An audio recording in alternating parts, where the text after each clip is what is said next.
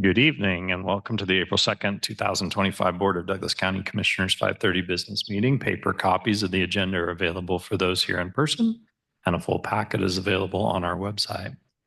Reviewing our agenda, first we'll consider our consent agenda. There are 4 items on that agenda. After our consent agenda, we'll have general public comment. We welcome general public comment for addressing issues not on today's agenda, but otherwise related to county business. Given our limited time and the need to have an orderly and efficient meeting, we apply certain rules regarding public comments. We'll do our best to enforce these rules consistently and without regard to the point of view expressed by the speaker. Here are the rules. Each speaker will be limited to a total of 3 minutes of speaking time. However, we will accept public comment of any length in writing. 2, individual speakers may not donate unused time to other speakers. 3, all comments must address topics within the jurisdiction of the County Commission. And 4, we reserve the right to mute or remove any speaker whose comments are threatening, aggressively hostile, or belligerent. Campaigning for public office during public comment period is not allowed. Please give your full name and address for our meeting minutes and address your comments to the Commission. Please also know that the comments received by the Commission during our meetings do not necessarily represent the views of Douglas County government, but we value the input. We don't usually respond to general public comments on the spot, but if you leave your name and your contact information with county staff, we'll try and get specific questions answered. After that, we'll move to our regular agenda. There are 4 items on our regular agenda this evening. We have a presentation of the Criminal Justice Coordinating Council's strategic plan. Then we have a planning item for rezoning. Then we'll do our Douglas County Public Safety Building Phase 2 discussion, and we'll finish off with a end of session update from Little Government Relations. For each action item, we'll hear from staff or an applicant, followed by questions from the Commission, and then open the item up for public comment relative to that item. Once public comment is closed, we'll bring the item back to the Commission for further discussion and vote. Lastly, a recording of this meeting will be available on the county's YouTube page and website. And before we do our consent agenda, we do have a proclamation for Child Abuse Prevention Month. I'll go ahead and read the proclamation, and then if somebody from that group would like to make, thanks, Paula, you can welcome to that. Child Abuse Prevention Month, April 2025. Whereas children and our nation's most valuable members, as well as our nation's most valuable resources, helping to shape the future of Douglas County. And whereas childhood trauma can have long-term psychological, emotional, and physical effects throughout an individual's lifetime and impact future generations of their family. And whereas childhood trauma, including abuse and neglect, is a serious problem affecting every community in the U.S., and finding solutions requires input and action from everyone. And whereas protective factors or conditions that reduce or eliminate risk and promote the social, emotional, and developmental well-being of children. And whereas effective child abuse prevention activities succeed because of partnerships created between child welfare professionals, education, health, community, and faith-based organizations, business, law enforcement agencies, and families. And whereas children who live in families with access to concrete economic and social supports are less likely to experience abuse and neglect. And whereas we acknowledge that in order to solve the public health issue of abuse and neglect, we must work together to change hearts and mindsets through storytelling and sharing, center the needs of families, break down bias and barriers, and inspire action from expected and unexpected partners in prevention. And whereas prevention remains the best defense for our children and families. Now, therefore, the Board of County Commissioners of Douglas County, Kansas, do hereby proclaim April 2025 as Child Abuse Prevention Month, adopted on this April 2nd, 2025.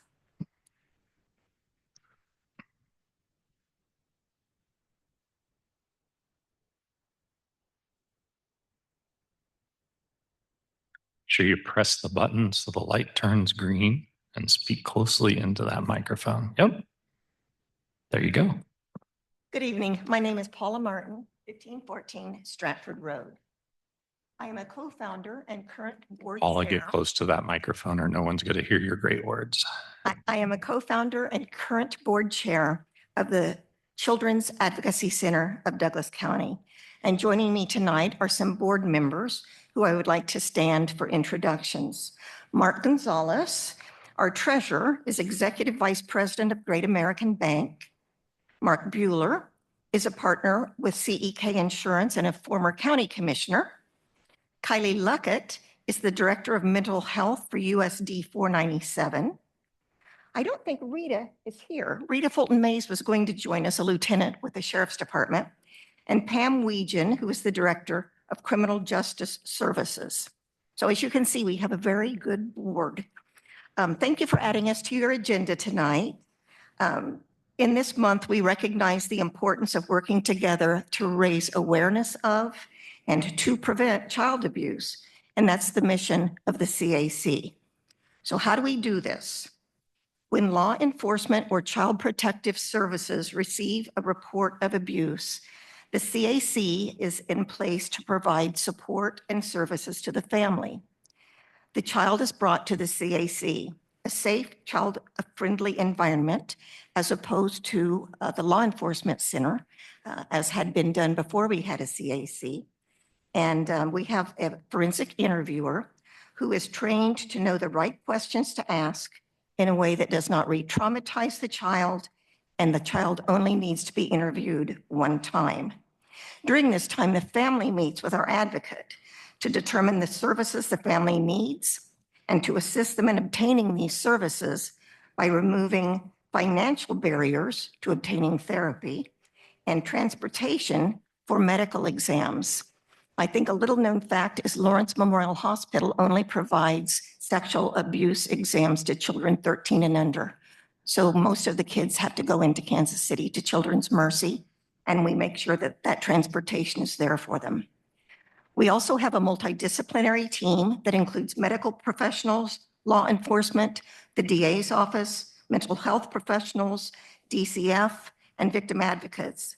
This ensures that nothing falls through the cracks because they meet monthly to ensure that everybody's on the same page, everybody knows what the other person needs. And throughout the process, the CAC provides case management and support for the family. So in sum, you probably thought, why didn't she just say this one sentence? The CAC services lead to a better prosecution and a better outcome for the child and for the family. In the last 4 years, as we've become better known in the community, we've grown rapidly, and we have now served 665 children and families of child abuse. We would like to express our sincere gratitude to the Commission for your ongoing support.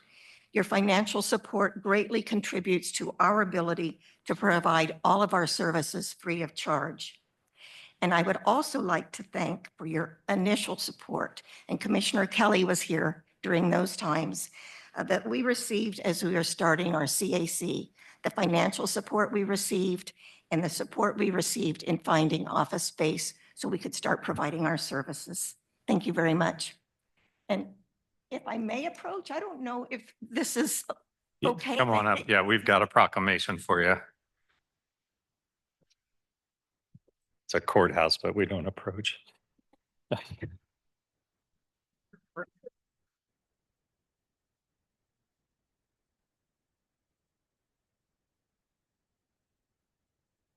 you, Paul.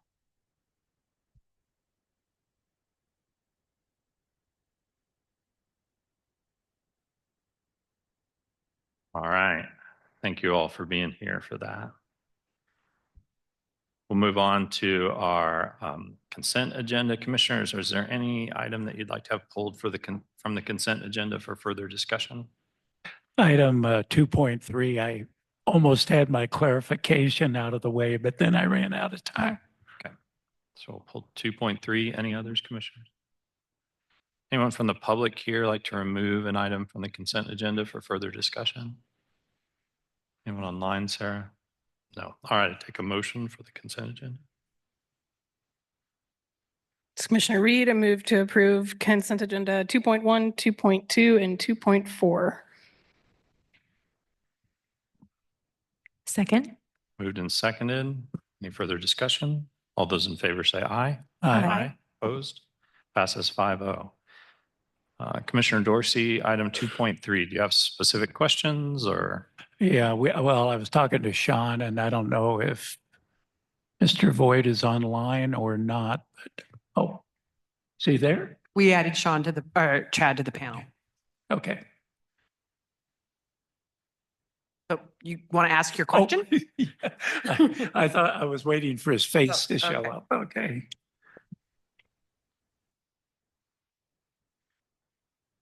Yeah, apparently there was only one bid came in for aggregate and Chad, if you could just tell me, do we need 2 or 3 in order to have a proper bid analysis?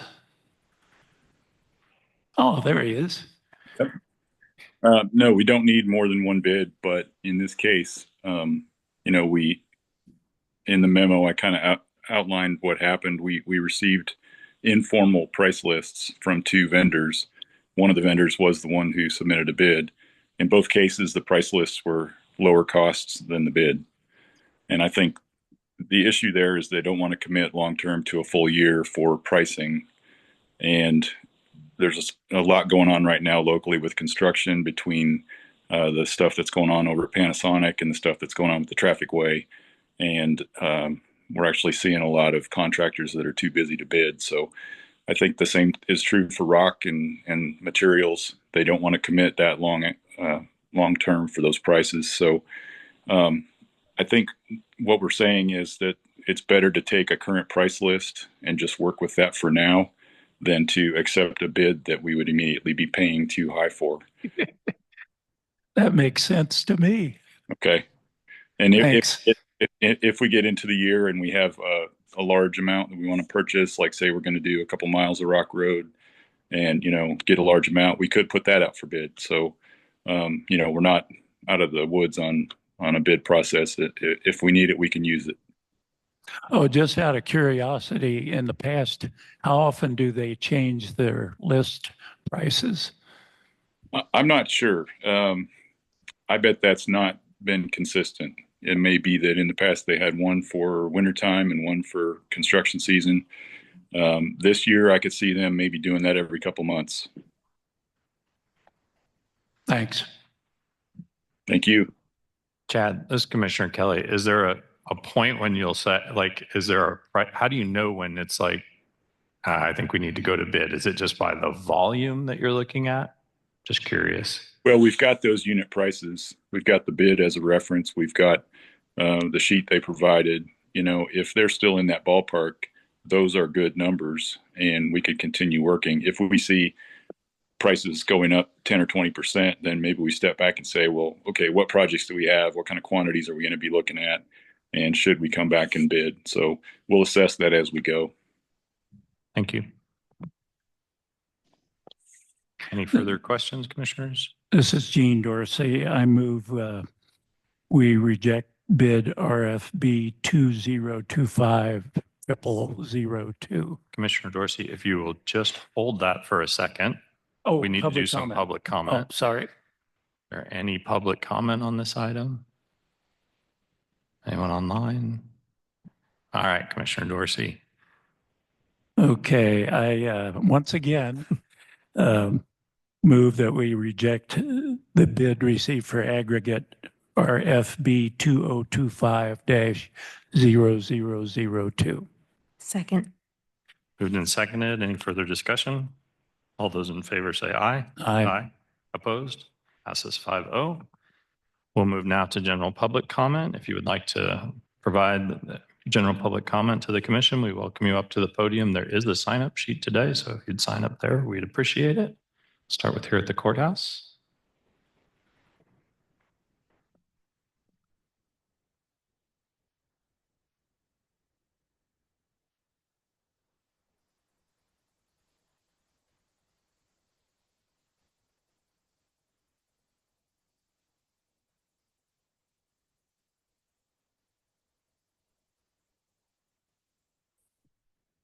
Yeah, we need to have one. So just a reminder. We'll take care of it. Yes.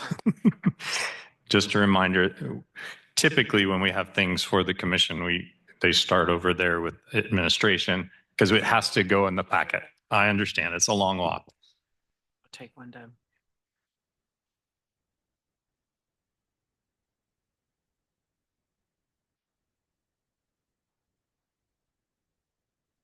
So I've put before you 14 years of point-in-time counts, 07 to 24, compiled thanks to Mackenzie Clark of Lawrence Times in August 2024. Anyone can find it available on the web. This and more is the kind of metric data the county should be making available to the public. Last week, I focused on the last 3 years because it shows a worsening trend in homelessness. I got pushback from the commissioners who wanted to emphasize that what they hope is a successful reversal in the 2025 PIT count. However, HUD has not yet accepted the 2025 data.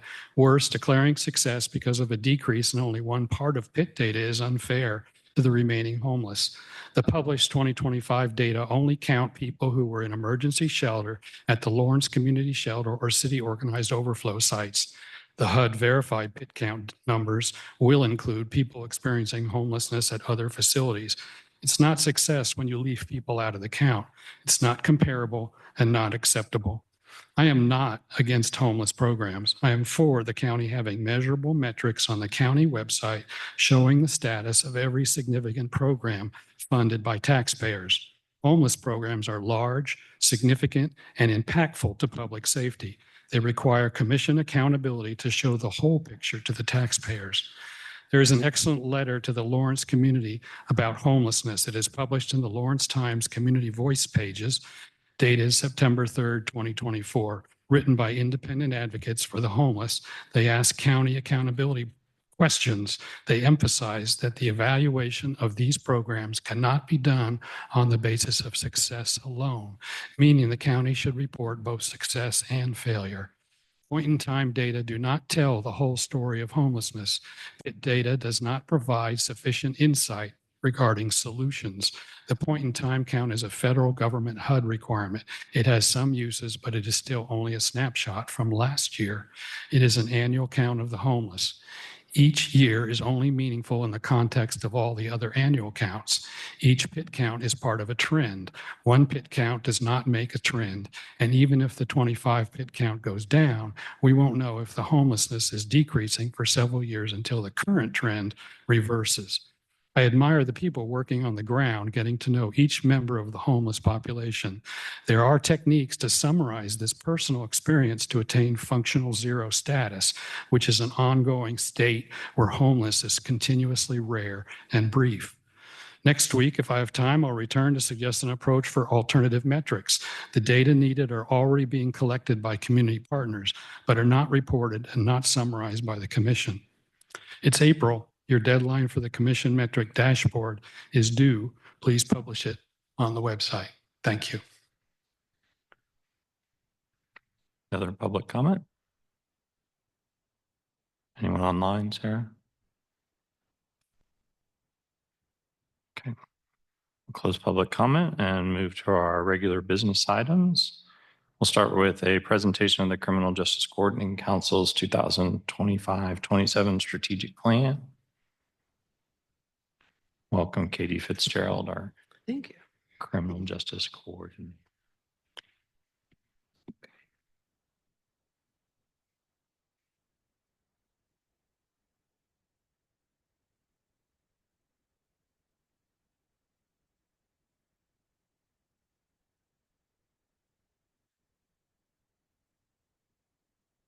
That looks right? Okay. Good evening, Commissioners. Katie Fitzgerald, Criminal Justice Coordinator. It is my privilege to present to you tonight the Criminal Justice Coordinating Council, or CJCC. I'm going to try really hard to catch my acronyms this evening. The CJCC's 3-year strategic plan. I would note that this presentation primarily focuses on the strategic plan process, the priorities, and the timeline, and does not delve into the details of the work that the CJCC has done for the last 18 months to get to this point. More information about that part of the CJCC's process has been included in the cover memo for this agenda item, which also references several documents that commissioners or the public may be interested in and find relevant to tonight's presentation. So before I begin, the strategic plan and this agenda item would not be possible without our current and former CJCC members who participated throughout this process and the extra input and dedication of some of our members that I would like to acknowledge this evening. I will indicate and introduce those folks that I know are here with us. When the CJCC started this process, we developed a work group that was given a very large task. These 4 members were tasked with holding me and our consultants from the Justice Management Institute, or JMI, accountable to staying on track and providing the deliverables that were outlined as part of this process. These work group members were also tasked with providing input on behalf of their staff, their constituents, their peers throughout this planning process. They got multiple drafts of lots of they did a lot of work to get to the CJCC to this point. So some of those work group members are here with us this evening. That work group was chaired by Patrick Schmitz, who is the CEO of the Burt Nash Center. And he is with us this evening. Jessica Glendenning, who is the Chief Defender for the Board of Indigent Defense Services, was also on that. She is here this evening. I think they're the only ones here in person. Some of the folks may be online, but to round out the membership on that group, we had Wes Lovett, who is the police chief for Eudora, and Jim McCabery, who is our chief district court judge. Once the strategic plan was developed and adopted, that is where the hard part starts. And that work and the task of overseeing the implementation of the strategic plan really falls to the leadership of our executive committee on the CJCC. This is a new leadership structure for the CJCC that was established in the bylaws that you all adopted last June.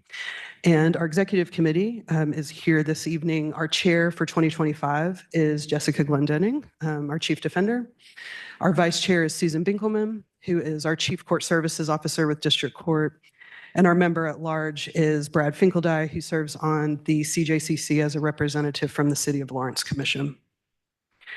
Last but not least, we would absolutely not be in this place without the patience and support and assistance from the Justice Management Institute staff. Christy Danford joins us online from Charleston, South Carolina, and Amy Wickman joins us as well virtually from Portland, Oregon. Amy and Christy and their colleagues at JMI have worked with us since August of 2023. And have really been a guiding force to help keep us kind of abreast and on track and really guiding us to how to make our CJCC better. And this would not be possible without them. So some of these, I'm not going to read this slide to you, but one of the things that we felt that was really important as our work groups have gone through some of their work over the last year is at each CJCC meeting, we've provided kind of an overview like this to the CJCC members just to kind of highlight and show what work our work groups have been doing. The timeline for the strategic plan, we asked the CJCC to do in about 4 months what most agencies and organizations spend at least a year doing. This was a really intense process. And this particular slide just highlights some of the key metrics and points along the strategic planning work group's timeline. I will spend a little bit of time on this. These were the actual components of how the strategic plan priorities were developed. This is the first time, I think, that the CJCC has gone through strategic planning process in this format. So we started this process with, in October, Christy and Amy from JMI came to town and spent 2 days providing facilitated focus group sessions. These focus groups, we provided 6 of them. They were discipline specific. One did include community members who have been impacted by the criminal justice system. And we had 42 folks who participated throughout all 6 of those focus groups. Those focus groups and the feedback that was received informed the development of an online survey that JMI launched at the end of October. That survey had 196 respondents across staff, across community members, across justice system professionals and non-justice system professionals in Douglas County. At the same time that we were doing the community survey, I was working with a lot of our CJCC members to gather as much system-wide data as we could possibly pull together. And this was also very tedious. And thank you to all of our partners who gave their staff to me to help with this. But we were able to pull together metrics from the jail, our district court, our district attorney's office, our pretrial services program, our treatment courts, community corrections, and court services. Some of those are pieces of data that we hadn't ever really been able to put our hands on. So all 3 of those, the focus groups, the survey, and then the data template, were all given to Christy and Amy, and they put them all together in a briefing presentation that was about 75 pages long that was provided to our CJCC members in advance of their 1.5-day planning retreat in early December. So all of that information, that quantitative feedback and qualitative information was really ideally provided to kind of guide and ground the CJCC in what's happening, where do they want to focus attention, what are concerns that maybe they in their own discipline hadn't possibly been aware of. And we spent a day and a half in early December doing lots of SWOT analyses, lots of conversations, lots of kind of small group activities to identify 4 priority areas that will guide the CJCC's work over the next 3 years. And those priority areas are these. So the first priority, these are not in any particular order of importance. This is just kind of how they fell out, and we just kind of kept talking about them in this order. The first priority area was data. And what the text that's on this slide is the objective, or the primary objective for each of these. So for data, we really want to focus on enhancing our existing system data metrics through collecting, analyzing, and sharing data to identify our trends, guide strategic discussion, and inform decision-making. That is one of the priorities that the executive committee has charged to begin working. The second priority area is around pretrial phase. So not just focused on pretrial services, but kind of our pretrial process and phase at district court and on the municipal court side for the city of Lawrence. And our goal there is to assess and strengthen our pretrial processes to maximize pretrial outcomes. Priority 3 is related to programming. And this is a really lofty goal. This is one that's a little bit farther down the line, but the idea here is that we would like to improve public safety outcomes by more deliberately providing continuum of criminal justice program options to intentionally reduce crime contributing factors. And our 4th priority area, which is the second priority area that the executive committee has charged, is around communications and developing a strategic communications plan for the CJCC.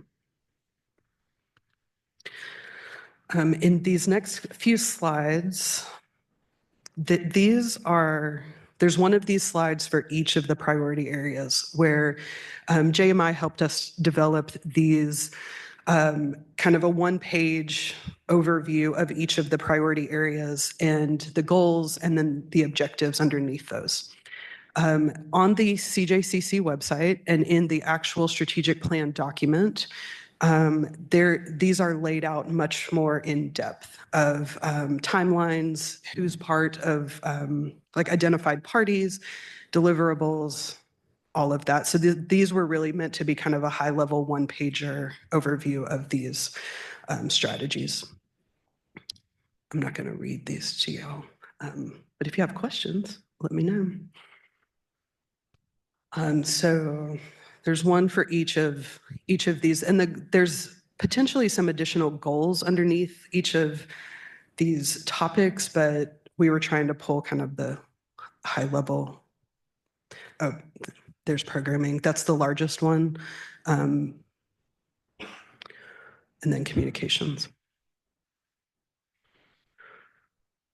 In this, this is our initially proposed timeline for each of these. Again, there's a lot more in-depth detail about these in the actual strategic plan, but we tried to lay out by quarter over the next 3 years for each of these plans. The 2 that are in progress are highlighted in green. So objective 1 or priority 1 and priority 4.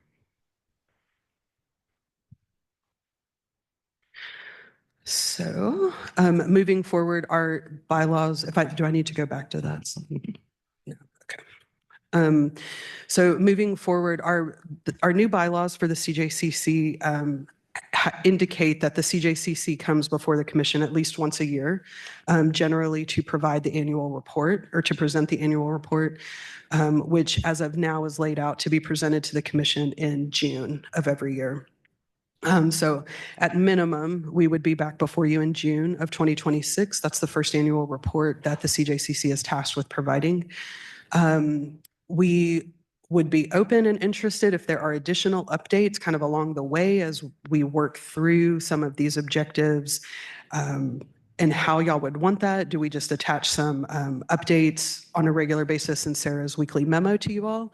Are there particular milestones or pieces of information that you would rather the CJCC come back in person to present? We would be open to feedback about that and guidance.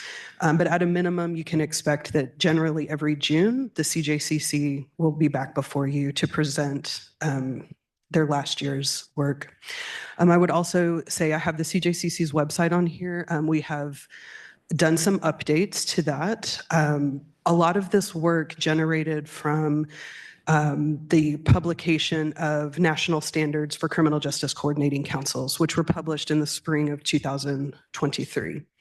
And within the communications and community engagement standard, there are guidelines around kind of what we should make sure are available in our website. And so I worked with County IT a couple of weeks ago, and we did a lot of kind of updating and refreshing.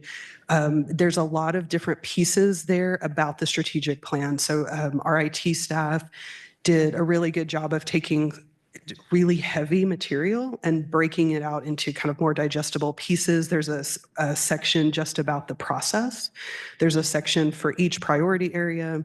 The whole document is kind of is linked there as well. Our new bylaws are on there, the mission and the vision, all of that sort of stuff. So if folks have, I just want to make sure we direct folks back to the website because it is a little bit more fresh than what it had been. And I would stand for questions, as I know my other CJCC members would as well. Thank you, Katie. Any questions, commissioners?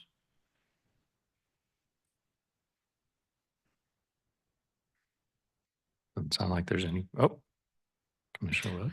I would just mention, as you're developing that communication plan, that might be a good opportunity to kind of peg back to us so that not all of the communication then is on you. If we know what that system is, then we can engage with it as needed also. So in addition to that kind of every June coming back, that we've got a way of keeping track of that, whether that's directly coming to us through the weekly memo or just us knowing when and how to engage with that information. That was actually a question raised by the communications work group, was whether they needed to bring the plan back to you as they developed it. So that's helpful. No other questions? I thought of a question, but I'll get with you separately. We'll take public comment on this item. Is there anyone who would like to provide public comment?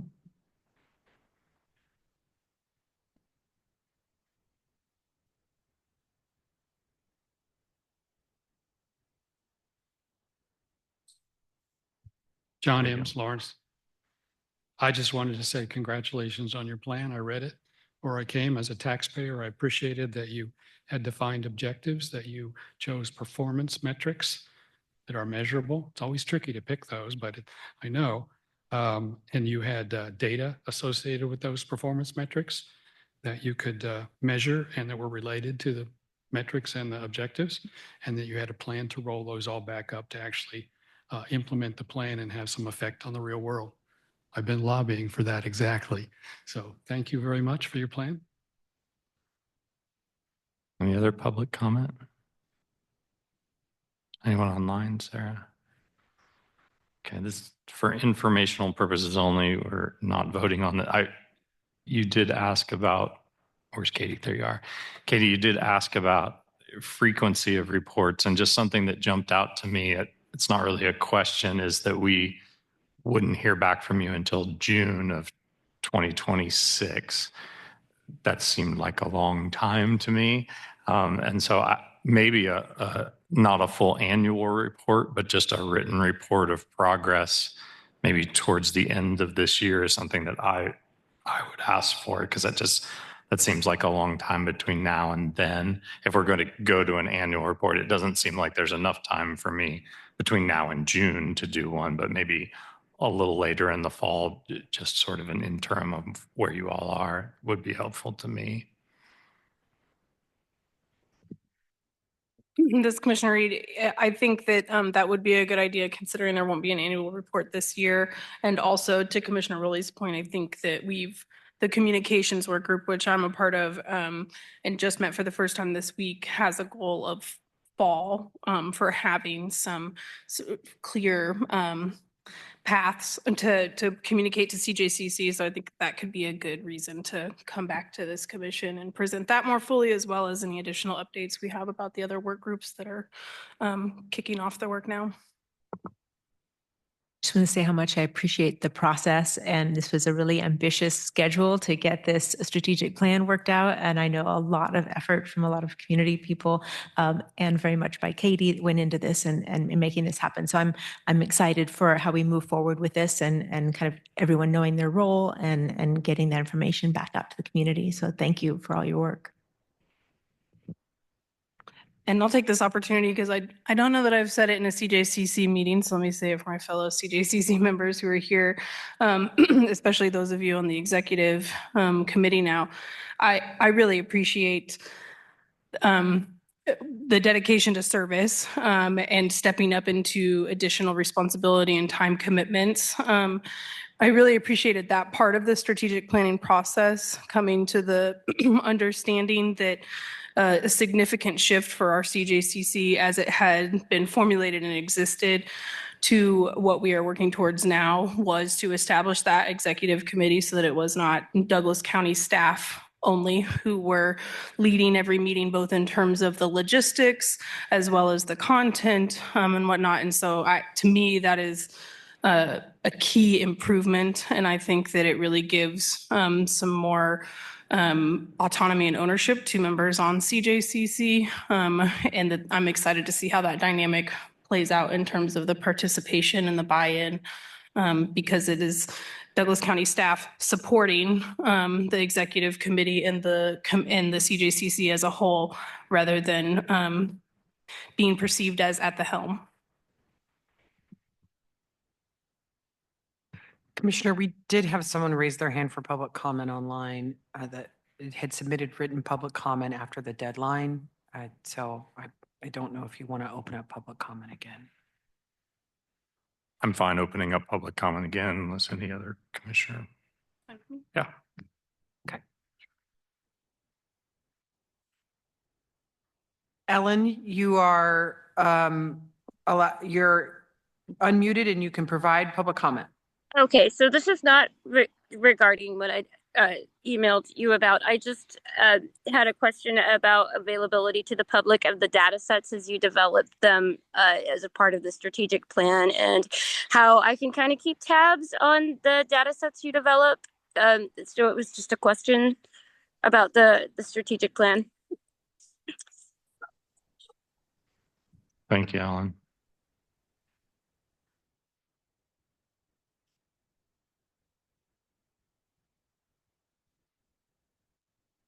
Any other comments, questions? Okay, thank you all Do you want to address that question?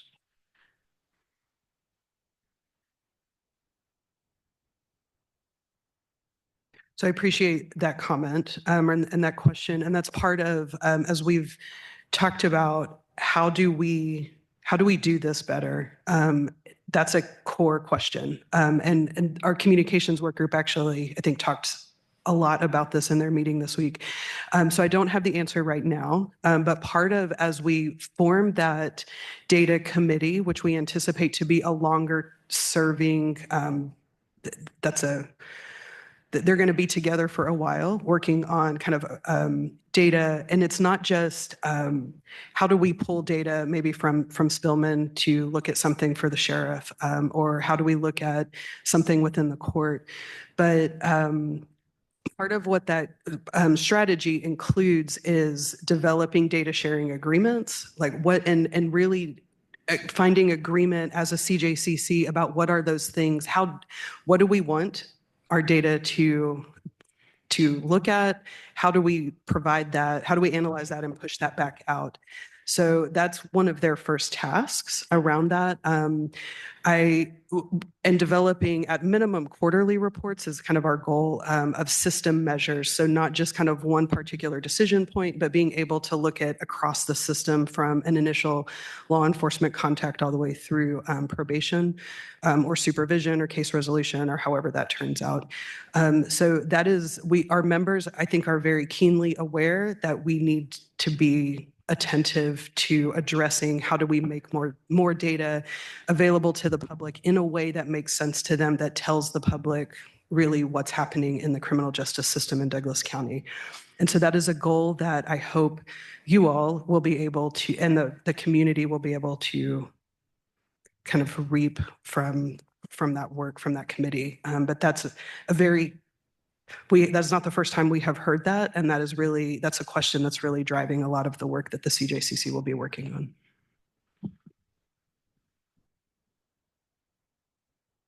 on.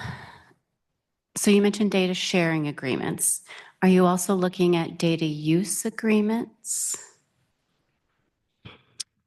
Yes.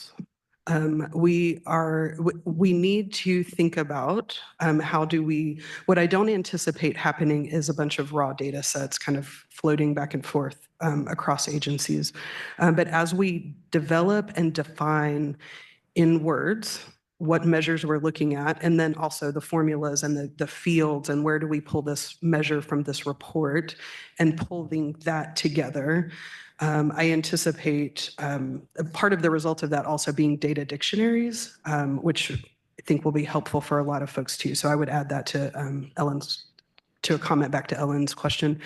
But we're still kind of talking, I've started those conversations with some of the executives about what does that DUA, is it just a DUA? Is it an MOU? Is it a kind of interagency agreement?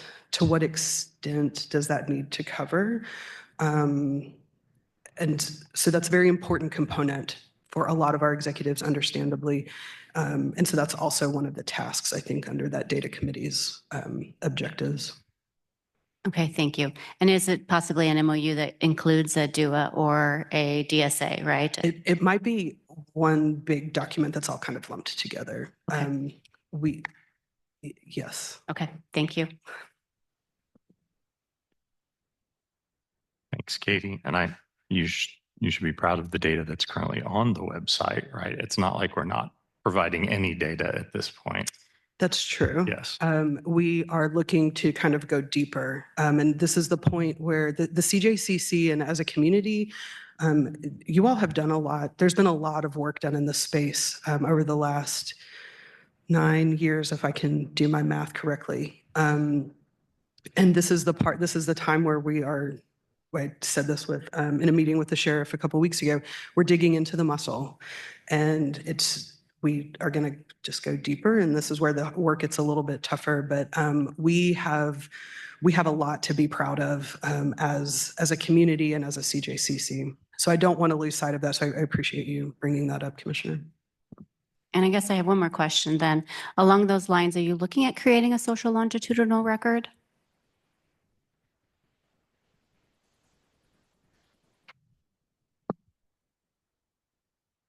Can I get back to you on that, Commissioner? You can, yeah. I'm just kind of curious with, along the lines of what you're looking to build here, if you're looking at following the data to that degree.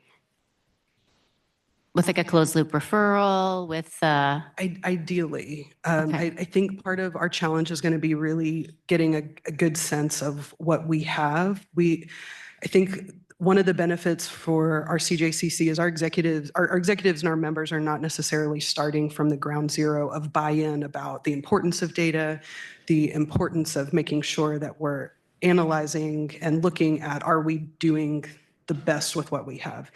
One of our big challenges, though, is really knowing what we have, what we have available, what we have access to, and how are we able to kind of join that? Because and this is not unique to Douglas County, but across the justice system, generally data is very siloed. So you have law enforcement data, you have the jail data, you have the court data, sentencing and probation or prison is very separate. And being able to kind of put all of those together is always a challenge. And so I think right now we don't know that we have a good handle on what we actually have. But we have a lot of interest and willingness of our partners to kind of do whatever we can with what we have. So maybe we'll be able to do that. thank you. Anything else, commissioners? All right. Thank you for those of you who are here and for all your work on that. Thank you, Katie. Appreciate your work. Okay, we'll move on to our next item, which is a planning department item to consider rezoning Z241019, 18 acres east of East 900 Road and North 1800 Road from AG1 to LI. And Catherine Wick, our planner, is here.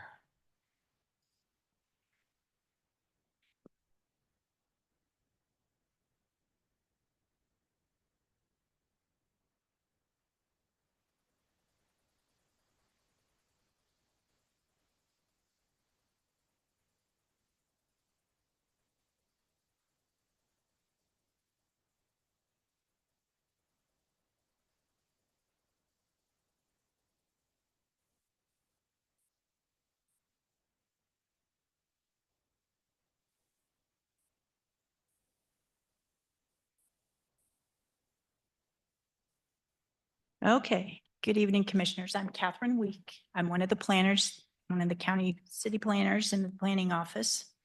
I'm here to present a rezoning request before you this evening. And this location is near the intersection of North 1800 Road and East 900 Road. This is the general location. As you can see, it's kind of north central Douglas County. It's just east of the I-70 on-ramp at the intersection of the N900 East 1800, or I'm sorry, East 900 North 1800 Road. This is kind of a zoomed in view of this location. I have the circle here over the area that's proposed to be rezoned. The total parcel area is a 40 acre parcel. The proposed rezoning is for the east 18 acres on the east side of the parcel. The remainder of the parcel would stay that AG1, which is currently what is zoned. And the proposal is to change this 18 acre, the east portion, to LI, which is the County Limited Industrial District. So a couple of context issues for this particular rezoning. As I mentioned, it is AG1 proposal to IL.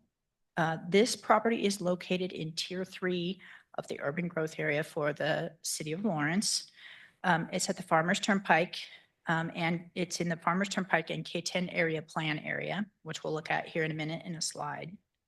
And again, it's a 40 acre parcel, but only the east 18 acres is proposed to be rezoned. And again, we have, planning areas where growth is anticipated.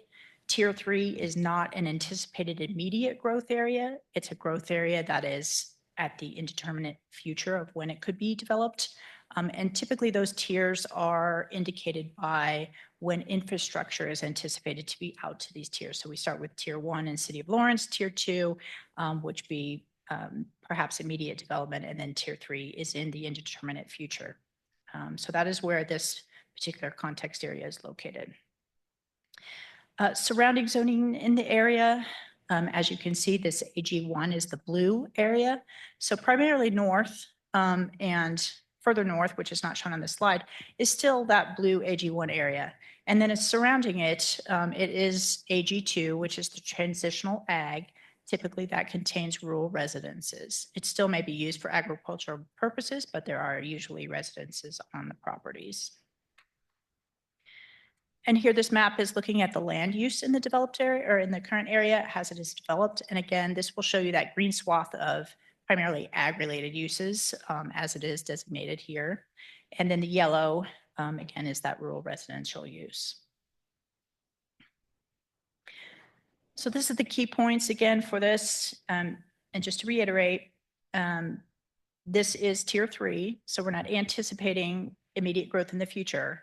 And whenever we're considering a rezoning request, we are looking at smart growth. So we want to make sure that when we are looking at those criteria points, which we'll outline here in a second, that the growth is respectful of the county goals and potential future goals for growth.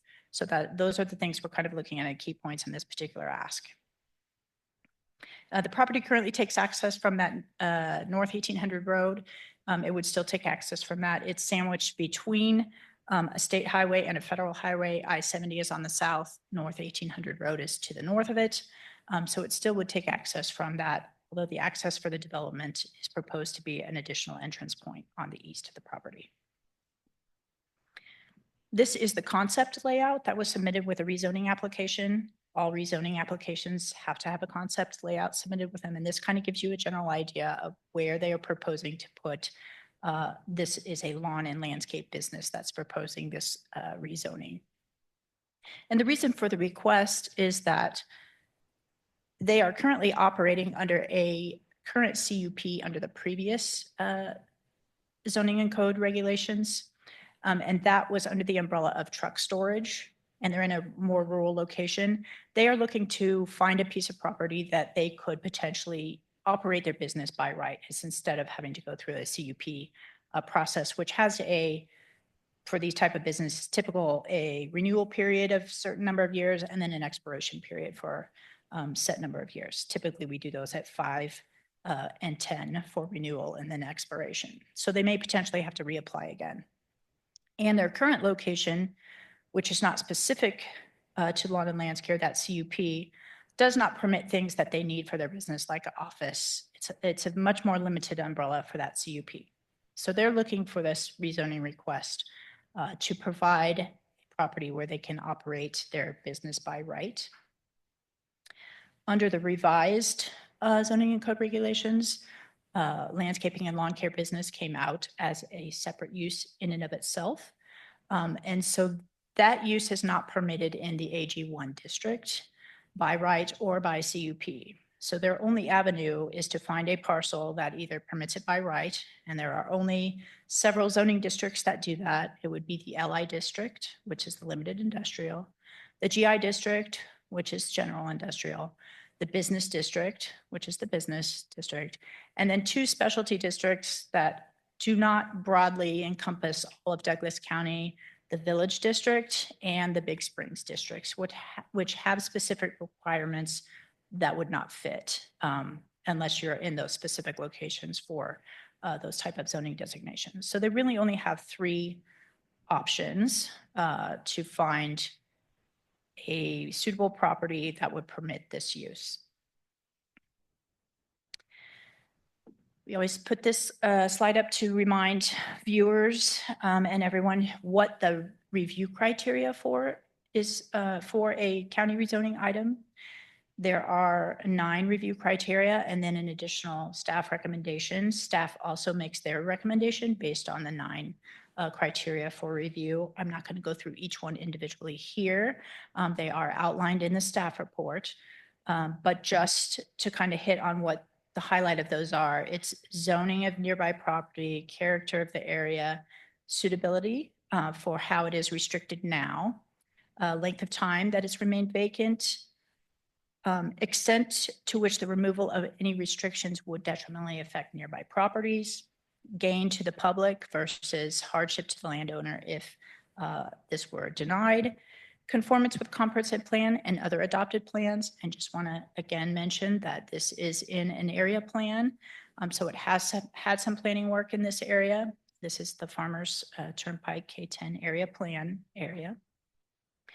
And then any impact on environmentally sensitive lands. And particularly for this zoning district, the AG1 district, we also look at whether or not it's the suitability of the property for agricultural uses. So these are the review criteria that are used in analyzing any rezoning request in the county. This is kind of just a visual comparison for you on what uses are permitted in the AG1 district. And then the next slide would show you the difference in what is permitted in the LI district. And staff does go through this a little bit in the staff report. This is one of the things where, rezoning is not the same as a site plan. Rezoning does introduce lots of new uses, particularly when you're going from an ag use to an industrial type zoning district uses.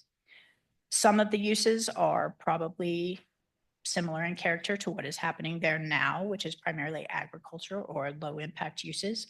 But again, some of the uses introduced with a limited industrial district could potentially add more high impact type uses that might have some negative impacts for the surrounding area, such as traffic, noise, congestion, that type of thing, for the immediate character of the area, but potentially for future growth of the area, if growth is to occur there. These uses are in line with what is slated for that growth at that particular location. The intersection at East 900 North 1800 Road is slated in that area plan as a commercial node. So that is kind of right where that entrance ramp is. The property is adjacent to that. This property, which is just to the east of that, and properties to the north. This property is an industrial future land use area. Properties to the north are office and research park. And then also to the northwest of the intersection is also an additional industrial. So for potential long range growth, this rezoning does make sense with the area plan. For immediate, what is happening there currently character, the Planning Commission took a little bit of pause at the uses that would be introduced. And so there is a difference in what is happening there on the site now. So you kind of have to weigh, future versus current. So that's what we're looking at between the AG1 and the LI. This is the general area or the outline of the area of that K10 Farmers Turnpike plan. You can see where that oval is the location of this particular parcel. It's approximately 2 acres, a little under 2 acres to the nearest city limit line. And that is to the east along I-70. So as you can see in that tier 3, it is going to be a while before any city infrastructure reaches this parcel. So it's currently being served by rural infrastructure. This is the future land use map. So what I talked about earlier, where we have that commercial node at the intersection there, that is in the red. This property in the purple, that's indicating an industrial future land use area. And so staff did, through the analysis, land on recommending approval based on the findings.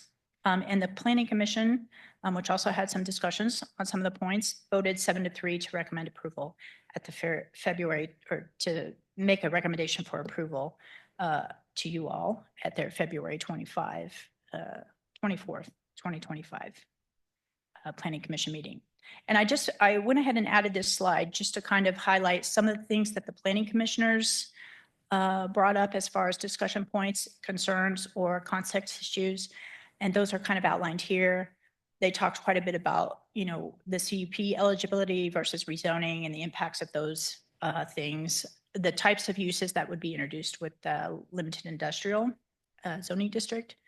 And then timing of development occurring in that plan area, because it's in tier 3, you know, is that immediate? Is it future? How do you weight that? And then elements of the business, office, landscaping.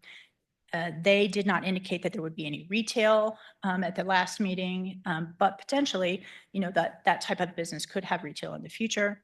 They're primarily looking for additional office space and just to be able to grow their business at this location.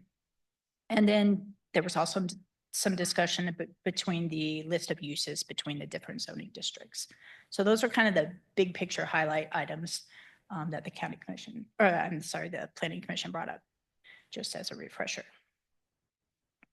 And I would be happy to stand for any questions or clarifications. Thank you, Catherine. Yes. Just a reminder, that since this is a land use item, if you have any ex parte communication, you should state it for the record. Thank you. Commissioners, do you have any questions on this one for Catherine before we hear from the applicant?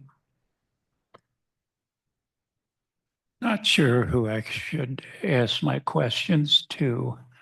You said there's no utilities out there. Is there a septic tank on the property, or would there be plans to put one in? Yeah, I think the applicant can answer that when they're up here, but there are opportunities for rural, I think, and they can let you know if there's any sanitary in the area or if they would need to put a septic in for that. The other question I had is the applicant, the current owner of the property, or is that contingent upon rezoning? I think the applicant can answer that as well. Okay. Any other questions? All right, we'll ask the applicant if you want to address the commission. Do you like me to stop sharing or keep this? Yeah. Okay.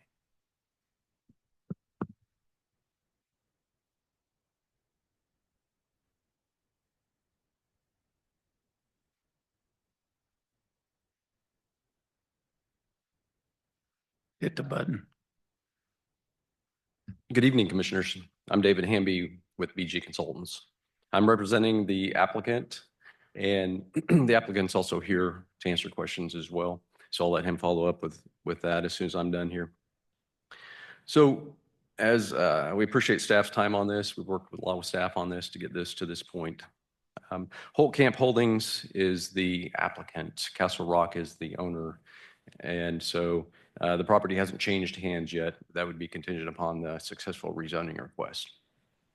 So I'm just going to hit a couple of key points. Catherine did a great job on the staff report. And so after I get done, I'll let Dalian come up here and give a few more minutes, and then be happy to answer any questions you might have. So a couple of key points. As you saw, the proposed use is a pretty low intensity use. It's an office building, storage, and a vehicle garage for their landscaping business. So no retail sales at all on the site. It's going to access the Farmers Turnpike, which is a major road, obviously, so no gravel access or anything there as well. The project will go through a site plan process upon the successful rezoning, so that the county staff will see that as well. And there will be some on-site parking for employees on the site as well. So you saw on the K10 Farmers Turnpike plan, this is an area shown for industrial use.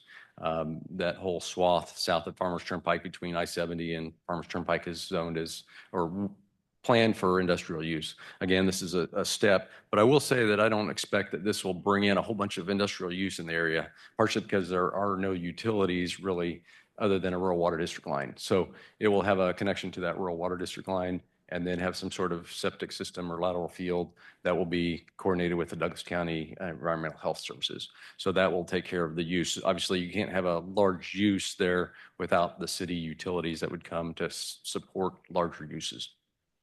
So this is kind of a step in that direction, but it won't get fully there. The existing site, as you saw in the aerial photo, is not in its natural state. It was used as a construction fill site. It's been regraded. The ditch has been moved. So it's not really an agricultural site anymore. It's been used for a variety of different uses. It also has a large electrical transmission main that runs through there, so that limits what this site can actually do. It's very, very difficult to set something on there with the limitations on the site as it is. And as final, let's see. I will say that Dalliance has made contact with adjacent neighbors, went door to door and just visited with him about his proposed plan. And so he can report on their reactions as well. But that's all I have for key points tonight. And I'll let Dallian take it from here. Thank you.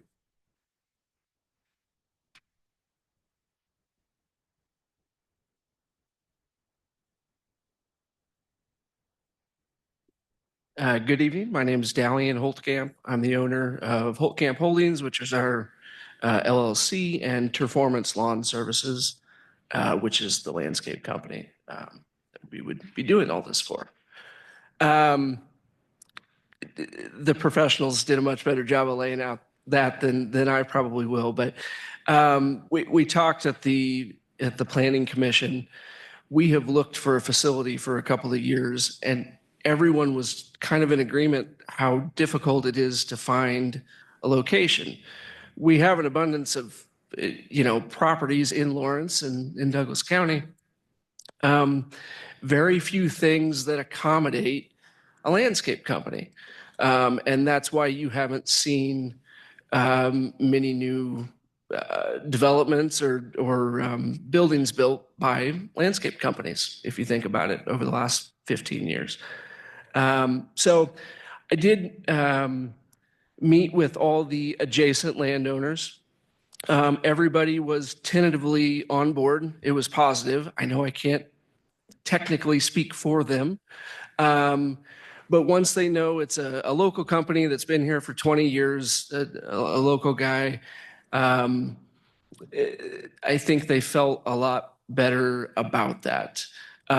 Everybody is concerned, rightfully, with the nature of the neighborhood. What we're doing would not be building a building that is much different than what's already adjacent within 1,000 feet of this.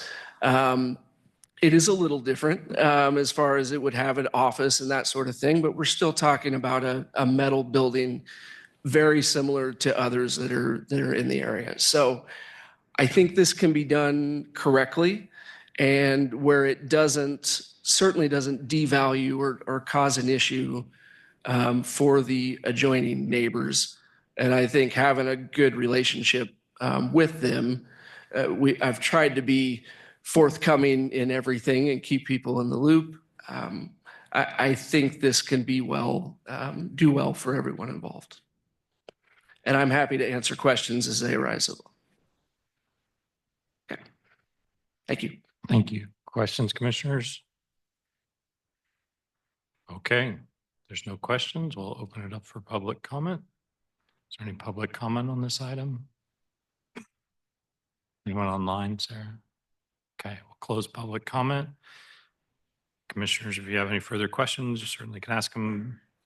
Conversation.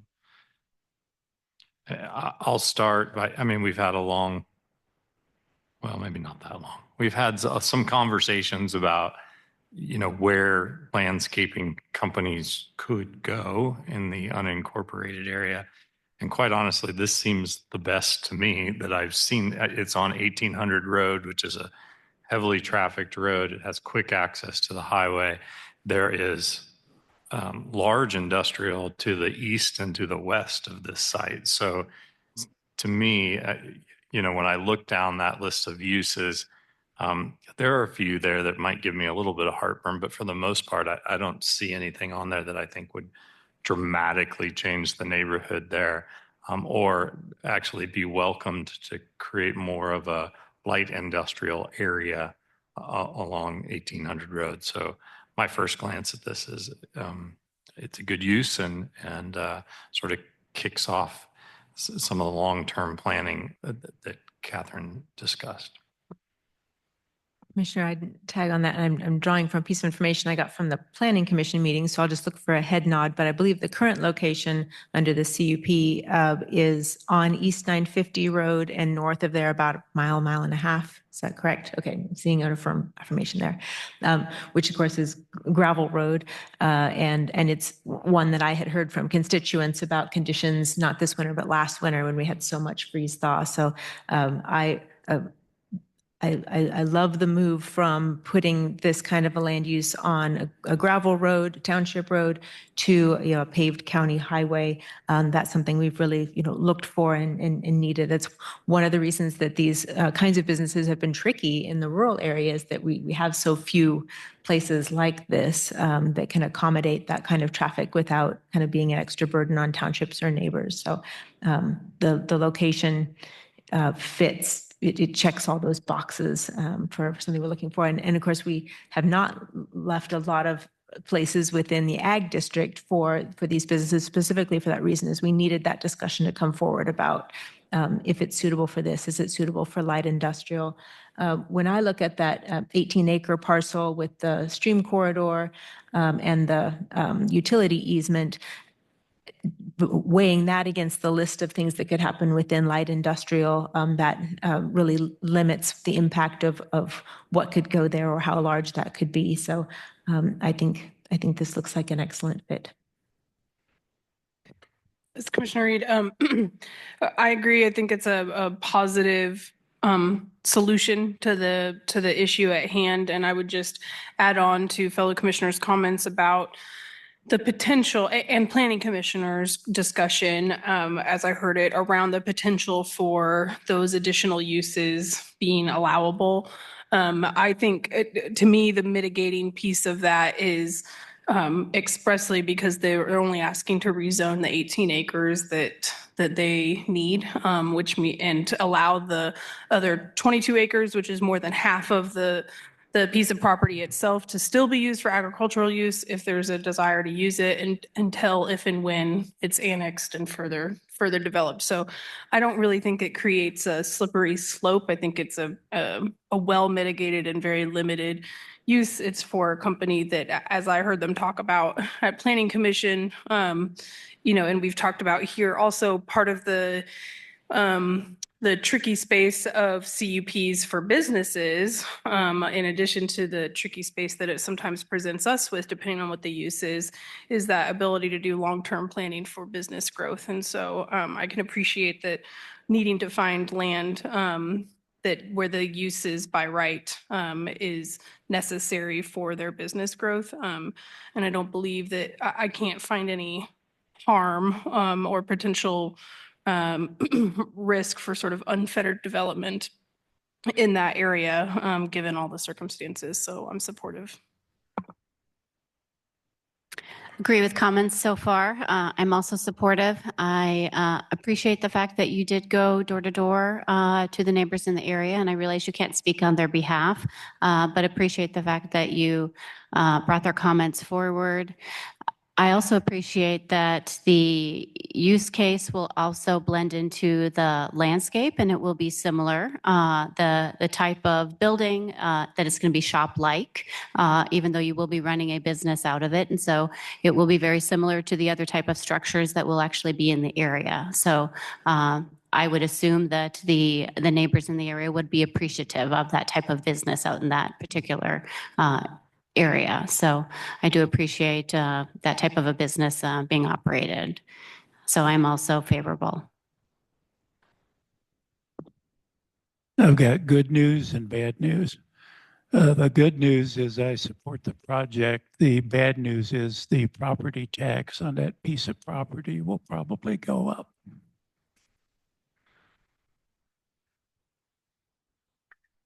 Okay, I'm happy to make a motion unless commissioners have other comments.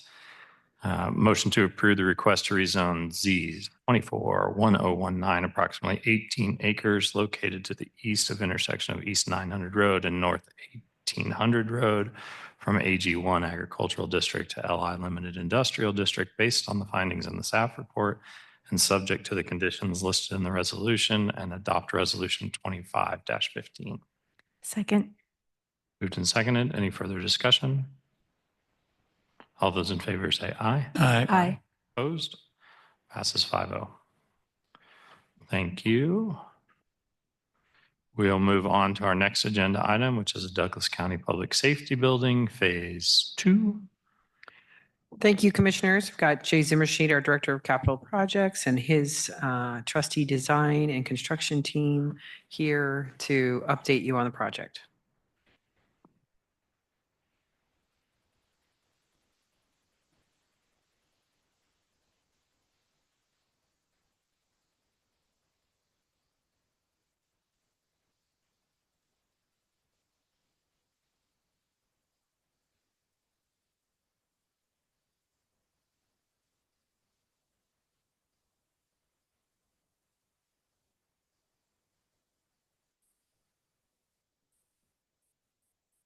Last button. Okay, good. Good evening, Commissioners. Jay Zimmershed, Douglas County Capital Projects. I have with me tonight Jeff Lane of Trainer Architects and Tim Ockingay from J.E. Dunn. They collectively are our design and construction team that is currently implementing the master plan work that was approved back in December. They are here today to present information on a proposed project to finish off the public safety building, which was not included in that approved work. I think it's important to realize that we are presenting project information, but the only thing we are asking for consideration on in this agenda item is design fees associated with that, so that we can complete the design work associated with finishing out the main level of the PSB. And then at some time in the future, should this all move forward, we would be back in front of this body to consider the information generated and actual costs. Information presented here in the AIR are estimates. That's why we're needing to go ahead and finish the design so we can really drill down on the numbers. Without anything else, I'll turn it over to the group for presentation. Please interrupt and ask questions whenever they come to mind, and we'll keep rolling through it. Jeff? Thanks, Jay. First, I want to say this. This is the first time I've been able to present in your great new space, so congratulations. I know it's been a long time coming, but you've got a great space, and I know when I presented here before, the acoustics was a little subject to itself. It sounds great today, so congratulations to you guys. I'm not going to take a lot of time. I think we've been through this a handful of times. I'll go through it real quick and get you kind of where you need to be, and then you can ask all the questions you want. As Jay said, this is really the finish out of the public safety building. So we just kind of want to walk through real quick the design of what that is. So what's in the current budget, what's going to be built, and then what we're going to do in the phase 2 for the design services. And then Tim will talk about some benefits and some schedule. So as you can remember way back when we started this project, anything that was kind of in that, the 2 blue lines was kind of in our first phase. Even though we built the exterior of that, we finished out everything on the lower level within that box. So what we're planning to do today is finish out the parking lot. So the big blue star areas that you see on the site, those items need to be completed out. So as we finish out the tenant portion of the public safety building, we have plenty of parking both for public and for staff that will be moving out into that space. This is the lower level that we talked about and is in the original GMP with emergency management and dispatch. So this was also the original portion of the main level. So we did finish out the left portion of that you see on the screen. So it was the equipment storage space as well as evidence storage for the sheriff and his staff. Everything else that you see there is being built, but the rest, the big white spaces, are the areas that we don't have any construction currently. And then this is the total fit out. So there's a couple things I do want to share as it relates to this. Although we did this as a concept, we did walk through this with staff through the first initial portion of our design.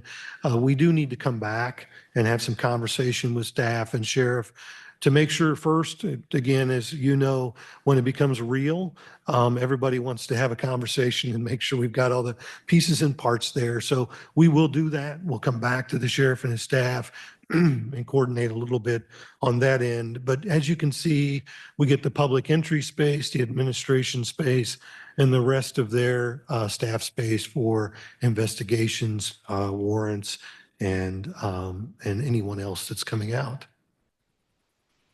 Tim, you want to talk about benefits?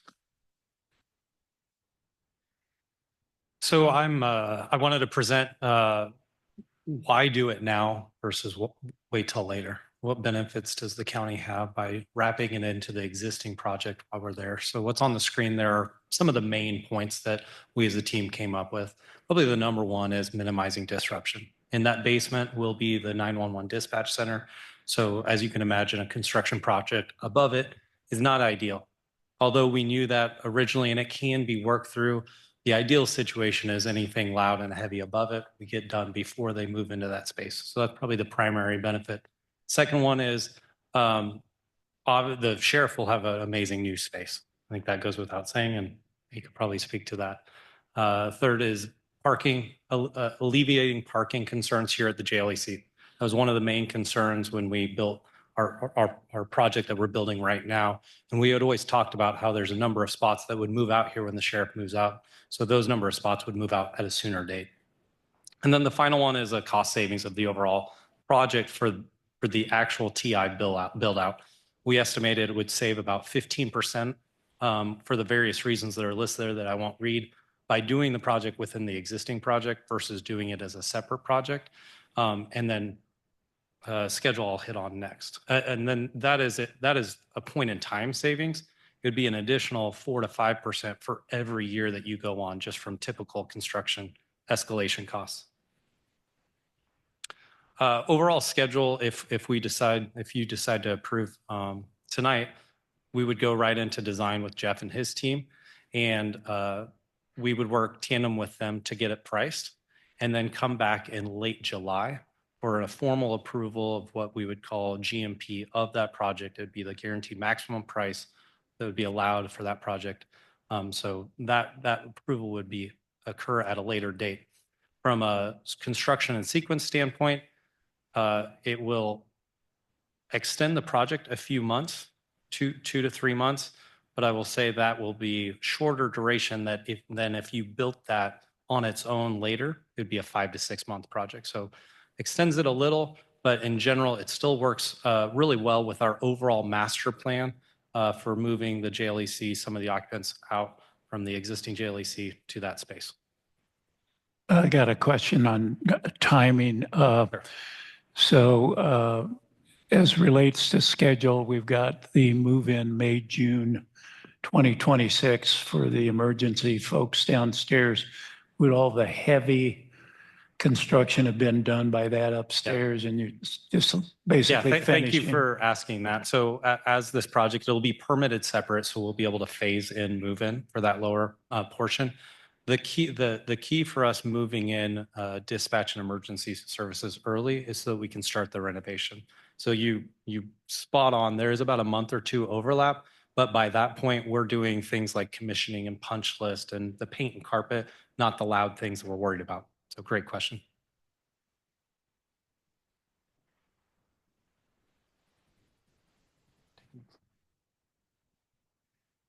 Commissioners, this is just a quick timeline of kind of the history of the project. You've seen it before. This goes all the way back to 2017, and you can see the most recent approved work that is being performed currently. And so we're just tagging onto that to kind of keep the timeline going. So you can see it overall. I think another item on the timeline associated with completion of work is we're trying to be sensitive to the FIFA that is coming. I'm not saying that correctly, but that event may have some impact on when it's ideal to move our 911 center versus not. And so the addition of this work might actually wind up being a really good thing. So Do want to point out for commissioners, so with the sheriff moving out to the public safety building at this time, his space that he will be vacating here in the Judicial and Law Enforcement Center is not, I do not have funds inside the existing, either of these projects to change that space out. Since this really is just happened in the last couple months, staff is going to evaluate the needs of the total master plan, kind of where everybody's at, what's going on. And, if that space going to stay vacant for potential courtrooms? Are we going to move office staff in from other buildings where we lease space? We need to evaluate that, but I do want to just let you know that that cost is not in any of these things, because at this point in time, I'm not sure how we're going to use it just yet.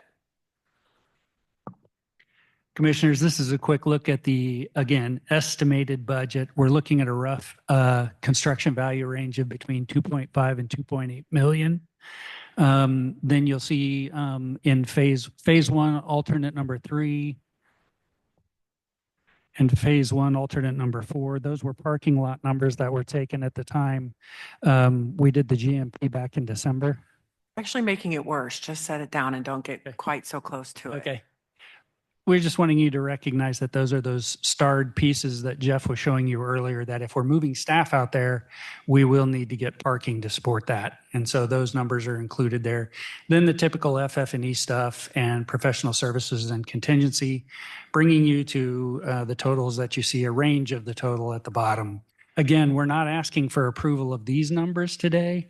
We're only asking for approval of design fees to complete the design of the main floor of the PSB, which is approximately the $200K number, $200,000. And as Jay knows, I'm extremely reluctant to even show these numbers at this point because we don't have solid estimates from construction experts on this at this point in time. So I just really ask, the public and others that are listening to this, that if these numbers change, it's not that somebody didn't do their job right. Now we're in the process of actually doing this part of the work.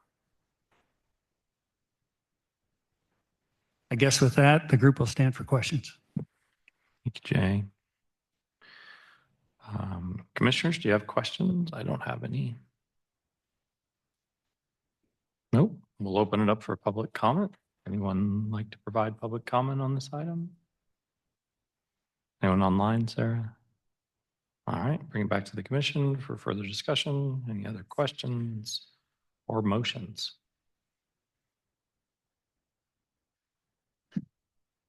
This Commissioner Reed, my comment is green light go. I'm all for this. I'm honestly glad to see it come back to us soon. I think I made a few comments throughout last year, especially in sort of final approval phases, that I'm hopeful we find a way to finish out that PSB building sooner rather than later. It will only get more expensive, and logistically, it makes a lot of sense to me in terms of the timing and moving and what gains we get from that in addition to the savings. So I'm all for it. So I very much appreciate the distinction between the design costs that we're talking about tonight and the final, the construction costs to initiate that, which would come sometime after July. We'd have a little more specifics to go on. When we made the decision to shell out that space, it's probably no surprise to anyone that eventually it would need to be filled and we would need to have this design work done. So I don't take any issue with doing that work sooner rather than later. I do very much want to, and the timing looks like it will work out, to pair the conversation of the build out and paying for that build out along with our annual CIP discussion. I think there are spaces in there that we can free up funds now that we know what our space needs are going to be and how they're going to be met. So I'm glad to pair those back together so that it's not just an add-on, but more of a reallocation as we're able to maybe let go of some projects that we may not need as much. So that's kind of my thoughts for this phase versus the next phase.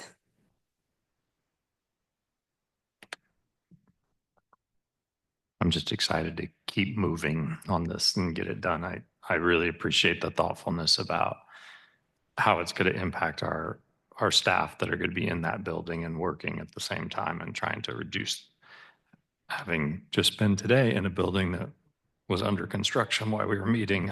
This feels very real. I'm going to make a motion, not going to, I'm making it. Going to authorize the county administrator to negotiate and enter an agreement amendment with Trainer Architects to complete professional design and construction administration services for phase 2 of the Douglas County Public Safety Building. I second. Moved and seconded. Any further discussion?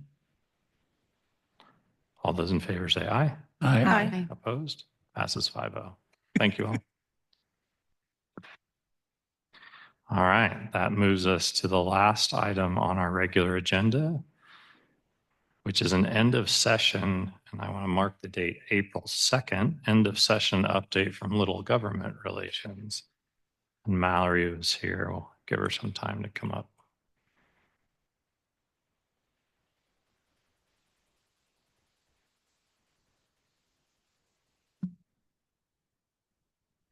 Right. How is everybody? Very good. Hopefully, happy like me that I get a little bit of a break from the State House. So I will try to be coherent. There was a lot to comb through after the legislature adjourned very late last Thursday evening.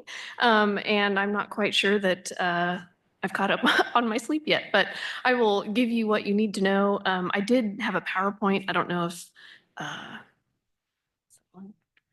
or sorry, oh, is it just right? Is that right there? Sure.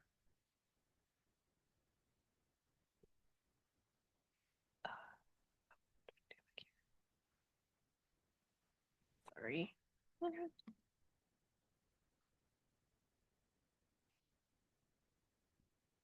Okay, awesome. Thank you.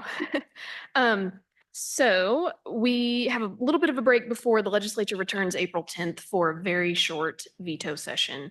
They're doing this year what they did last year, if you'll recall, very different in terms of schedule. And so they'll have a very short veto session. They've already set the end of it, which is unusual. So they will be there from April 10th to the 12th. And then they have already set sine die for April 12th. So usually in the past, they give themselves about a month before they come back for sine die, so that anything else that the governor vetoes during the veto session, legislature, gets the last laugh. They get to come back and veto anything she's vetoed in that month or so. So again, this year they're not doing that. They're not giving themselves that time. They're just going to set sine die for April 12th.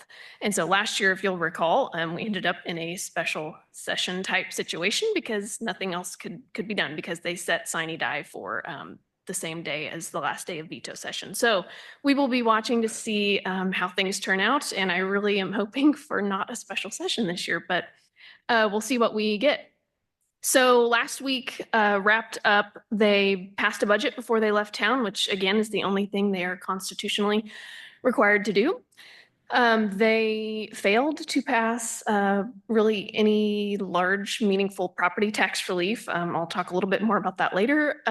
They did send to the governor a single income tax rate proposal that is in Senate Bill 269. And how that functions is it is, in short, based on the state's revenue, state tax receipts.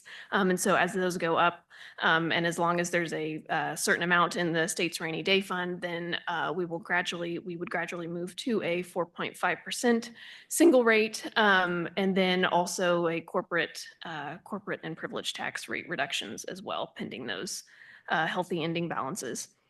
That did pass veto proof in both chambers. I do suspect she will veto it.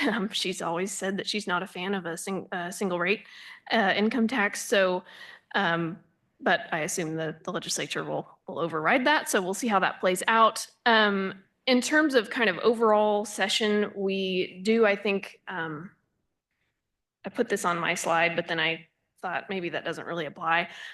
For the most part, I think we did avoid some pretty large ideological battles, although then the more I thought about it, if you think about the elimination of the 3-day grace period, the putting judicial selection on the August 2026 ballot. So I was trying to look for the positives, but maybe that didn't totally work. I do think, though, in terms of local control in particular, we did avoid some of the ones that we've been fighting pretty hard the last several years, particularly government competition. Really was fully anticipating doing another head-on battle with that this year, and we managed to avoid it.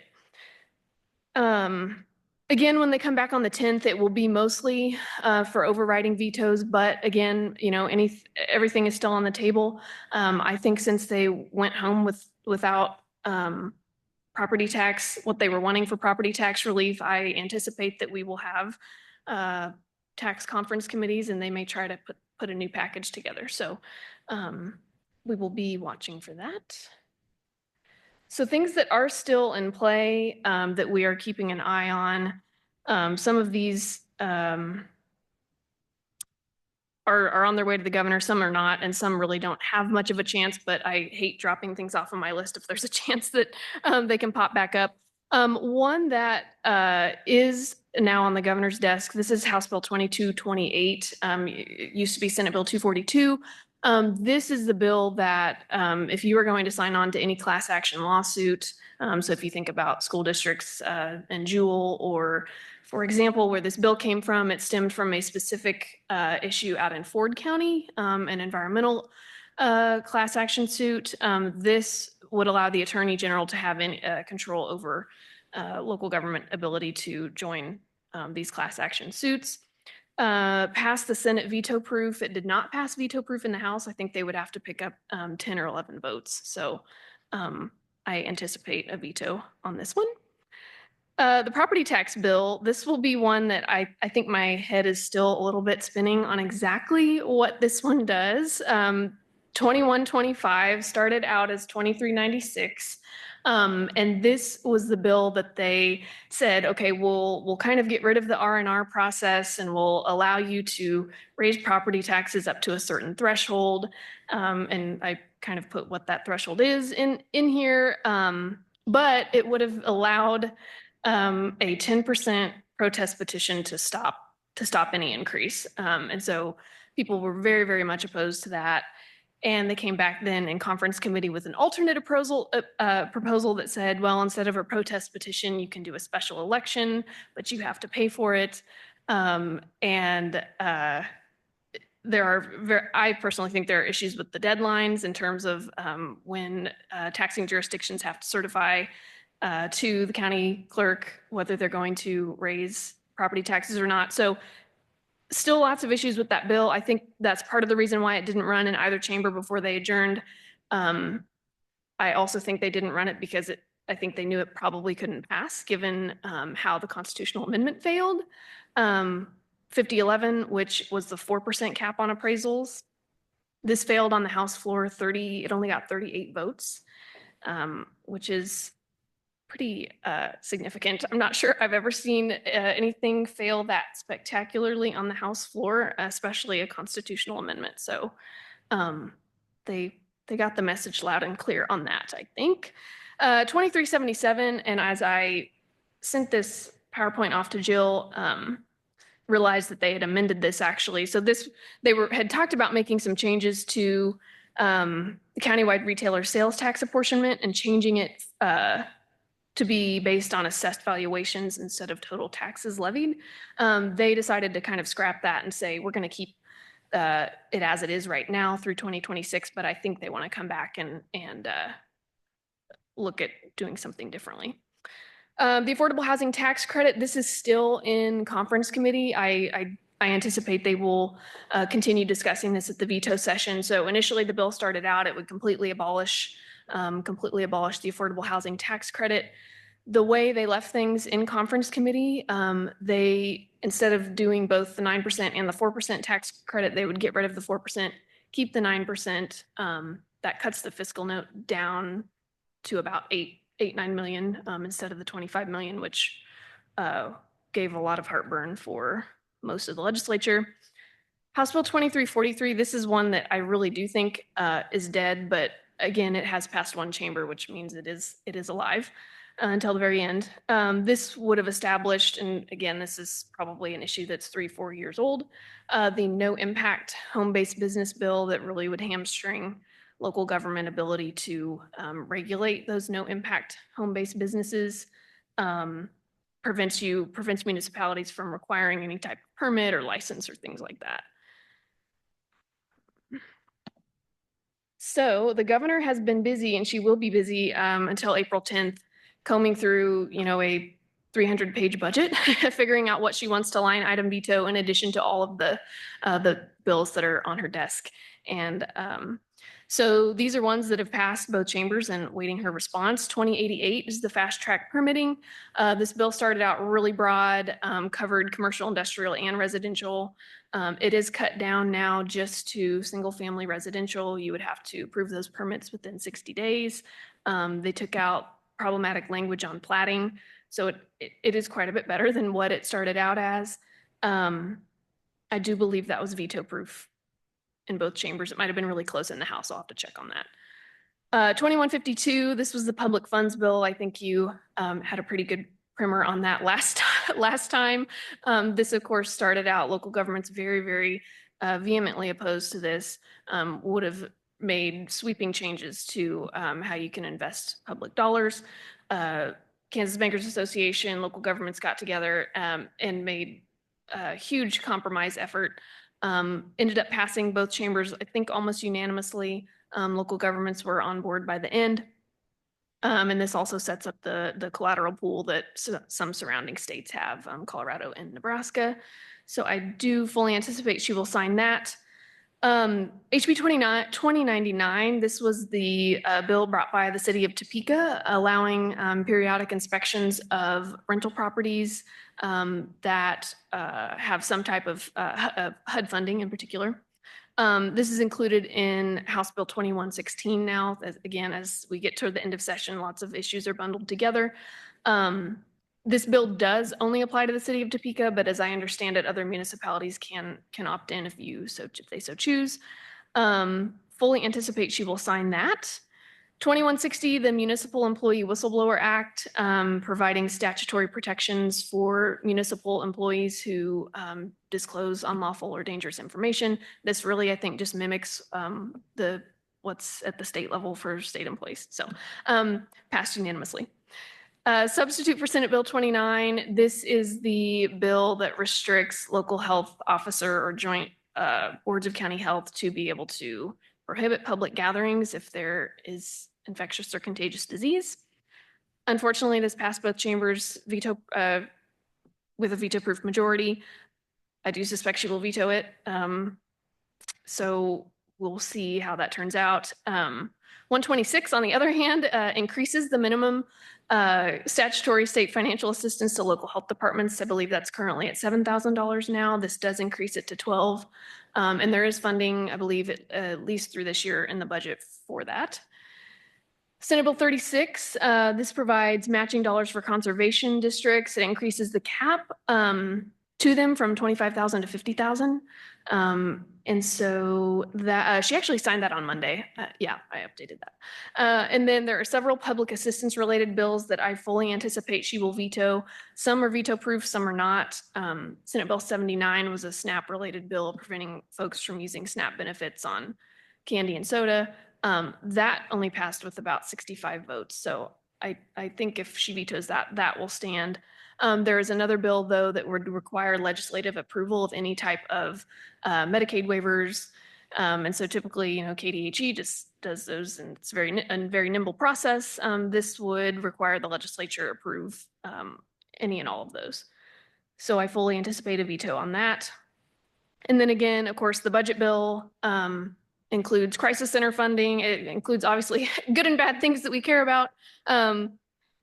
There's a 1.5% across the board agency cut. I believe they can choose how they're going to do that, but I fully anticipate a line item veto on that. There's also a proviso in there that would eliminate continuous Medicaid eligibility and change that now to month. Also fully anticipate a line item veto on that. I didn't want to lose sight of a few issues that are truly dead for this session, but of course we are in the first year of a 2-year biennium. So all bills from this year are alive and able to be acted upon next session.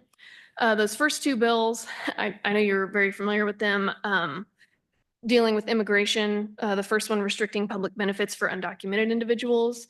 This did have a hearing in Senate Fed and State Affairs. It was very controversial.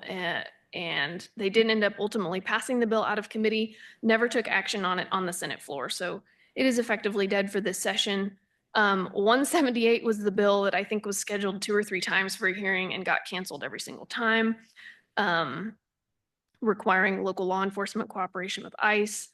Senate Bill 119, this was one of the priorities of the Big Five county group, increasing the motor vehicle fees. The amount of fees retained by the county treasurer to cover some of those administrative costs. This did pass the Senate. No, sorry. Passed out of committee, got to the Senate floor, and then they never took action on it on the floor, but it is alive for next session. They had an informational briefing on it in the House. So it is slowly making its way through the process. Again, another year of a lot of hope kind of around Capers, but ultimately nothing really getting done. 2086 was the one that made it the most through the process. And this was just modest changes to Capers 3. There were a couple of proposals taking certain groups of people back to Capers 2, so teachers in particular, and kind of the excuse on all of those was it's just too costly in a year where the legislature really was trying to put some constraints on the budget and state spending. So we will see next year. I say this every year. We'll see if next year there are changes to Capers. Senate Bill 124, this would provide unilateral annexation restrictions on cities. There was an informational briefing the last week of session on this, so it's not obviously going to go anywhere this session, but I fully anticipate that it will be a hot topic in 2026. But what does that mean? What are they trying to do there? So this was introduced by, and I'm going to not remember the technical term that the briefing was addressing, introduced by Senator Shane from Miami County, and getting at some of the growth in Southern Johnson County and some of those cities that are looking to kind of grow outside of their boundaries and using kind of that narrow corridor. There's a term for it. I can't think of it right now, but I think it's about urban growth areas, and we can get you a copy of the bill if you'd like. That's what I thought it was urban growth areas. Yep. And last one I would mention, Senate Bill 57, requiring local governments to reimburse telecoms for relocating telecommunications facilities. So that bill was blessed, which is always usually an indication that people want it to go somewhere. So keeping that on the radar for next session. And then I just had a slide on here just to kind of note that there, of course, is hourly, getting updates and changes from what is happening at the federal level. Oddly, there has not been any acknowledgement of that at the legislature. There's been no hearings. It has not come up. So we anticipate that over the interim and possibly in 2026, what is happening now will certainly have implications on anything from education to public health to food systems. So we are keeping a close eye on all of those things. In particular, as the state prepares to rewrite its school finance formula, which expires in June of 2027, there's a federal proposal that's saying that states can use Title I funding for school choice. So a lot going on that I think will color discussions going forward with the legislature. I may leave it there if that's all right, and happy to answer any questions. Thank you, Mallory. Commissioners, do you have any questions for Mallory? I have lots of questions, but not for you, Mallory. So, thank you very much. This is a regular agenda item, so we'll open it up for public comment. Is there any public comment on this item? Anyone online, Sarah? Okay, we'll close public comment. It's just for information, so we don't have any action. Any comments commissioners want to make? This is Commissioner Reed. I'll just make one quick comment. Thanks, Mallory. I know that it has been a rapid fire session and the volume of information has been a lot. So thank you for helping us stay on top of that. And I just also wanted to appreciate that last slide about the fact that there are that news coming out of the federal government will have impact, is having impact, even if the legislation in our state is not talking about it. So I'll be curious to see if those discussions gain any traction in our state house, but appreciate you paying attention to that for us too. Thank you, Mallory. Okay, that ends our general business session portion of the meeting. We'll move on to appointments. Sarah, I think in your weekly memo we have a planning commissioner appointment. I don't know, commissioners, if we're ready to make that appointment now. We want to check in with that planning commissioner. What would you like to do? Has there been any discussion with the planning commissioner about interest in continuing? Because I have not had a conversation. I have not with them. I have not either, but generally they tell us if they don't want to be reappointed. But if you want someone to call him or contact him, we can. I'm going to suggest for this instance that we do reach out and verify that, because we, and not too many years ago, had an instance of reappointing a planning commissioner who shortly thereafter told us that they weren't really interested. And so I just think in this instance, and I don't have it pull it up in front of me, so I don't remember the expiration of the term. It might have just been Monday. Oh, it's not until May. Okay. I think if staff maybe could just, Well, do you actually, want- sorry. Yeah, normally planning commissioners do that. Yep. Okay. Thank you. Yeah, I'll reach out to, I'll reach out and report back. Thanks. And then just, Sarah, I think it happened during the meeting. I talked to Commissioner Finkeldye about the joint city-county appointment to Bert Nash. And I think, and they're fine with that one. I think we need to review it. So if you could include that one in your. Yeah, I was waiting to hear back from the city. Yeah. So it's good news. All right. Thank you. All right. Any other appointments anybody wants to make? Just randomly appointing people to things? No. Okay. Let's go to our miscellaneous section, and we usually start with Sarah's memo. Thanks, commissioners. Lots of interesting stuff going on in terms of some public events. Extension Council has a resource fair on rural living coming up. There's the Kansas Land Trust is hosting a Wells Farm celebration and walk. So lots of interesting stuff. If commissioners are going, let us know. Just want to let you all know, reminder that we on Monday, April 14th, so a day we don't normally meet, we're going to meet with the Eudora City Council in Eudora City Hall. So make sure you got that on your calendars. Also, really exciting news for us. Trainer Architects had nominated the renovation of this space, the County Commission Chambers, to an award for the Kansas Preservation Alliance, and we were awarded the Merit Award, which recognizes excellence in historic preservation. The award ceremony is coming up on May 9th at noon. And so if we want to attend, we can have a group and they'll do photos and we can have some comments. So just let us know if you're interested and want to attend. Commissioner Reed sent along some information regarding her trip to Washington, D.C. for the NACO Legislative Conference. So that's attached. Also, as a follow-up to the conversation we had last week, we've attached the policy for serving individuals experiencing homelessness from outside Lawrence, Kansas to your packet. So, so that there is a new policy that has been in place since July of 2024. And so a copy of that policy is in your packet to update you all. Also, some updates to the open space page. So check that out on our website. And just to let you all know too, some sad news, our Housing and Human Services Coordinator, Gabby Sprague, is leaving her position to take on a new role. So she's been really instrumental in helping with the Rent and Utility Assistance Program and the Housing Stabilization Collaborative. So we're going to be work on that position. Next week, we have a pretty big meeting with a number of updates. So plan for that.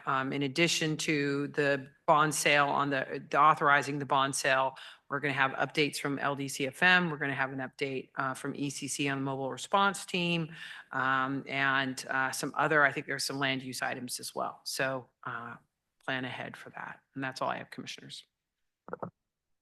Thank you. Miscellaneous items from commissioners. And I want to thank Sarah and your whole team for the celebration on Friday of this space. It was very nice. I very much enjoyed. I think all commissioners didn't, all but Commissioner Willie, didn't mean to call you out there. That was not the intent.